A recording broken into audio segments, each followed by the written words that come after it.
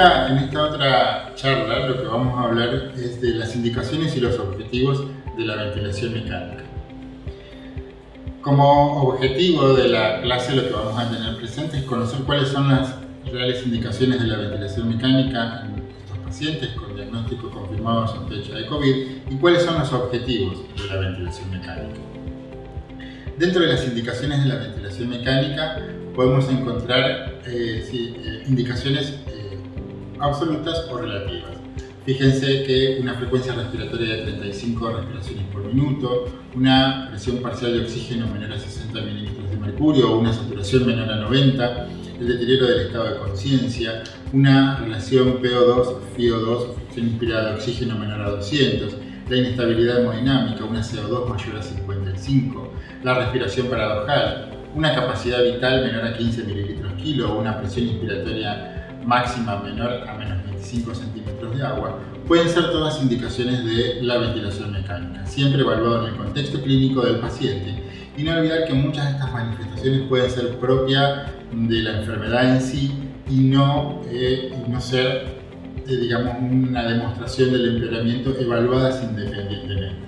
Por eso lo que tenemos que hacer hincapié es que el monitoreo continuo y cuidadoso de estos pacientes es fundamental para detectar las indicaciones de la ventilación mecánica.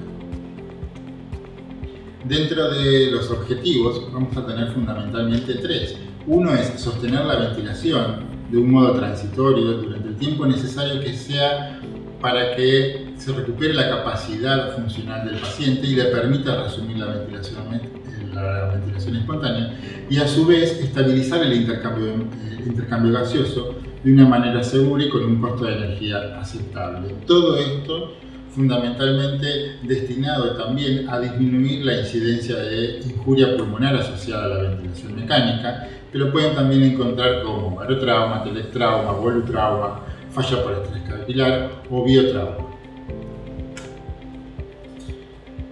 En el siguiente video lo que les vamos a mostrar es cómo se arma el respirador para ponerlo en marcha.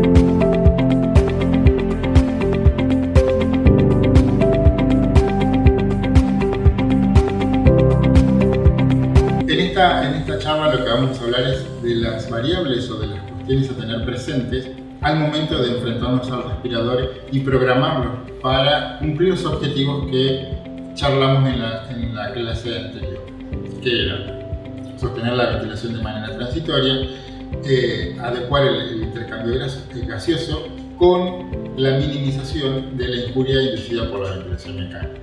Por lo tanto, los objetivos de esta charla va a ser conocer las variables que son fundamentales para la programación inicial del respirador y comprender la necesidad de realizar una correcta programación para evitar la injuria pulmonar inducida por la ventilación mecánica. El modo que vamos a utilizar fundamentalmente para ventilar a estos pacientes va a ser el modo controlado por volumen. Y acá tenemos que tener en cuenta ciertas variables. La variable de control. La variable de control va a ser aquella que el respirador controle, aquella que va a ser fija y que nosotros le vamos a indicar al ventilador que lo mantenga fija o constante durante toda la inspiración. En este caso va a ser el volumen. El volumen va a ser la variable que controle el respirador. La otra variable importante a tener presente es la presión. En este modo ventilatorio la presión no la vamos a poder controlar, por lo tanto es la que vamos a tener que monitorear de cerca y continuamente para evitar la injuria pulmonar. Las otras variables, que ahora vamos a ver cómo las programamos, son las que se llaman variables de fase. Estas variables de fase son las que inician, mantienen y le dan fin a la inspiración. Se llaman variable de gatillado, que la puede gatillar o puede disparar la inspiración el paciente o por tiempo si el paciente no asiste a ninguna respiración. La variable de límite, que habitualmente coincide con la variable de volumen, y la variable de ciclado. Esta va a ser la que cambia de inspiración a expiración. Y finalmente la variable de base, que es la PIN, que ahora más adelante vamos a ver qué es cada una de estas. Lo primero que debemos monitorear, lo primero que debemos programar es el volumen corriente. Es el volumen que le vamos a entregar al paciente en cada ciclo respiratorio. Y para esto debemos considerar el sexo del paciente que vamos a ventilar.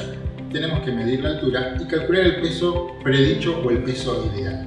Esto lo vamos a hacer a través de aplicar ciertas fórmulas teniendo en cuenta la altura y el sexo, como dijimos anteriormente, que son las que figuran ahí en la imagen. 45.5 para las mujeres y 50 para los hombres, más 0,91 por la altura en centímetros, menos 152, y el volumen corriente que nosotros le tenemos que suministrar al paciente es de 6 mililitros kilo de peso predicho ideal. Por eso es importante aplicar estas fórmulas y calcular el peso ideal de nuestro paciente. Por ejemplo, pongamos un ejemplo. Encontramos ante una paciente femenina que tiene una altura de 1,68 metros y lo cual vamos a calcular el peso teórico predicho. Le aplicamos la fórmula como mencionamos anteriormente de 45.5 más 0,91 por la altura en centímetros menos 152. Esto nos da 45.5 más 14.2, lo sumamos y el peso ideal o predicho de nuestra paciente es de 59.7.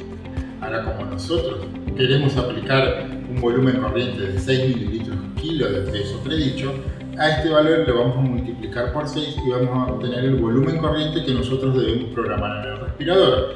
Y este volumen corriente es de 358 mililitros. A veces es un poco una situación de emergencia, por ahí no recordamos la fórmula a la precisión, si bien no es difícil de memorizar. Contamos con tablas que también se las dejamos para que puedan descargarlas y tenerlas a mano, en donde fíjense que en la primera o segunda columna tenemos la altura, el peso predicho y cuánto sería el volumen corriente que le correspondería. Resaltado en la imagen están los 6 mililitros kilo. En casos excepcionales podemos llegar a valores más bajos, como de 4 mililitros kilo de peso predicho, o tan altos como 8 mililitros kilo. Nunca más, siempre utilizando estos rangos. Idealmente 6 mililitros kilo. Otra de las variables que tenemos que programar nosotros en el respirador es la fracción inspirada de oxígeno o FiO2. Esta la vamos a setear inicialmente o a programar inicialmente, la vamos a fijar en el 100%. Vamos a entregar al paciente un 100% de concentración de oxígeno en el aire que le entrega el respirador. Y luego vamos a ir descendiéndola hasta un valor ideal entre 30 y 40%, siempre observando cómo satura el paciente a través de los saturómetros, ya sea portátil o integrado al monitor multiparamétrico, o la presión parcial de oxígeno arterial a través de la gasometría arterial. Y otra de las variables es la frecuencia respiratoria. Esto es la cantidad de ciclos ventilatorios que el paciente va a realizar, o que el respirador le va a entregar por minuto a nuestro paciente.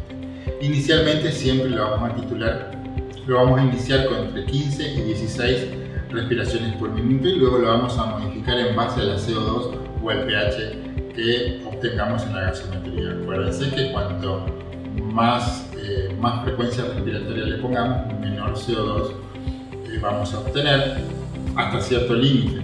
Después, si aumentamos la frecuencia respiratoria, puede suceder el efecto contrario, que es que aumente la CO2. Otra de las variables fundamentales que debemos aplicar en todo paciente que lo conectemos a la asistencia ventilatoria mecánica es la presión positiva al final de la expiración, o PIC. Esta va a tener la posibilidad de mejorar la saturación arterial, aumentando la capacidad residual funcional del paciente, evitando la apertura, el colapso y la apertura cíclica de las unidades alveolares, esto es, disminuyendo la incidencia de injuria pulmonar asociada a la ventilación mecánica, disminuyendo el shunt intrapulmonar y el desequilibrio de Q, que son dos mecanismos de hipoxemia fundamentales en el síndrome de distrés respiratorio que van a sufrir estos pacientes. Como habíamos dicho, vuelvo a mencionar, todo paciente que inicia la ventilación mecánica debemos aplicar un valor de PIC. Mínimo e inicial, el valor que le vamos a aplicar va a ser de 5 centímetros de agua. Luego podemos ir aumentándola, titulando de acuerdo a la saturación que tengamos y la mecánica pulmonar que tengamos en nuestro paciente.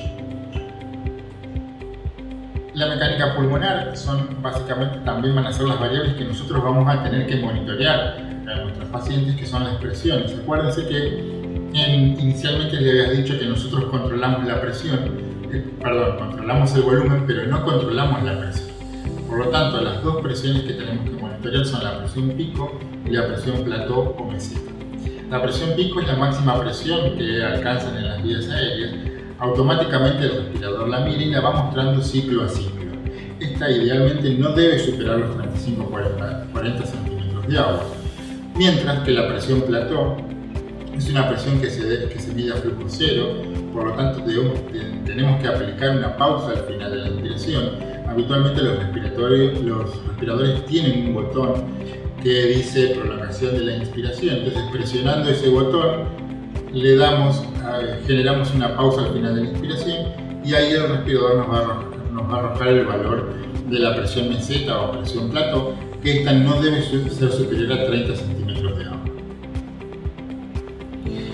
Como todo modo ventilatorio va a tener sus ventajas y desventajas, el modo controlado por volumen que estamos viendo ahora. Dentro de las ventajas es el modo que hay mayor experiencia a nivel mundial y podemos garantizar un volumen corriente, un volumen adecuado para ese paciente. Dentro de las desventajas es la imposibilidad de controlar las presiones, por eso debemos monitorearlas estrechamente y continuamente, y además que el flujo puede llegar a ser fijo, es fijo en realidad, y puede generar asincronías o disconfort con el paciente. A modo de conclusiones, lo que vamos a decir es que debemos programar el volumen corriente o el volumen tidal, esto es calculando en primera instancia el peso ideal del paciente y multiplicándolo por 6, que son los 6 mililitros kilo con los cuales vamos a ventilar nosotros, la frecuencia respiratoria, la fracción inspirada de oxígeno, FiO2, la PIP, presión positiva al final de la inspiración, y las alarmas fundamentalmente de presión. Y lo que debemos monitorear de cerca son la presión pico, la presión máxima alcanzada en las vías aéreas, que lo hace el respirador automáticamente y ciclo a ciclo, y la presión meseta o presión plató, que esta se genera a flujo cero y debemos nosotros ingresar manualmente una pausa al final de la inspiración para obtenerla. Una vez que aseguramos el oxígeno, el aire comprimido y el suministro eléctrico, pasamos a encender el respirador. vamos a tener en cuenta de retirar transitoriamente el humidificador y colocar un tapón. Esta acción es para permitir que el respirador pueda hacer el proceso de autochequeo. Una vez encendido, seleccionamos Adultos y pulsamos Continuar. Nos preguntará si la humidificación será pasiva o activa. Seleccionaremos la pasiva, ya que en este caso vamos a usar la nariz artificial o el humidificador con filtro. Seguidamente, presionamos la perilla principal para que comience el autochequeo.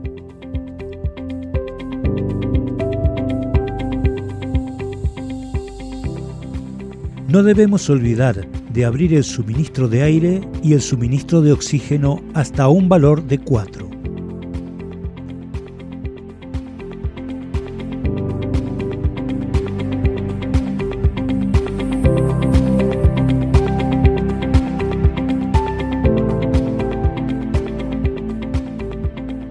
Aguardamos a que termine la calibración, siempre con la pieza en I tapada, y vemos si nos indica algún error.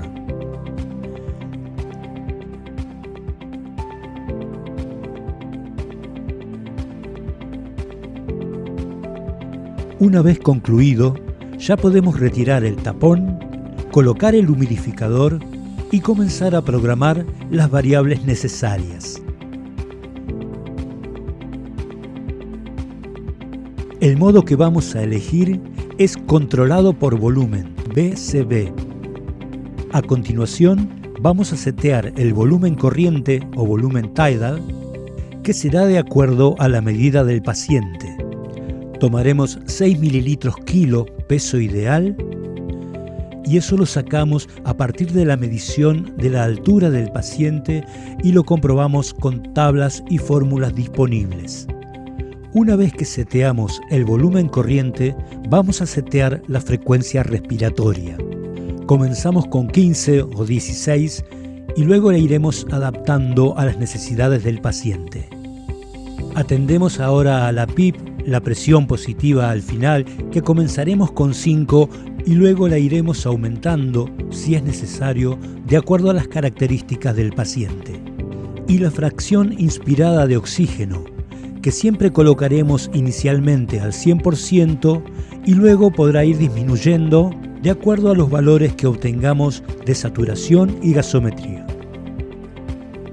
Ahora presionamos Escape, presionamos ahora la perilla y comienza la ventilación.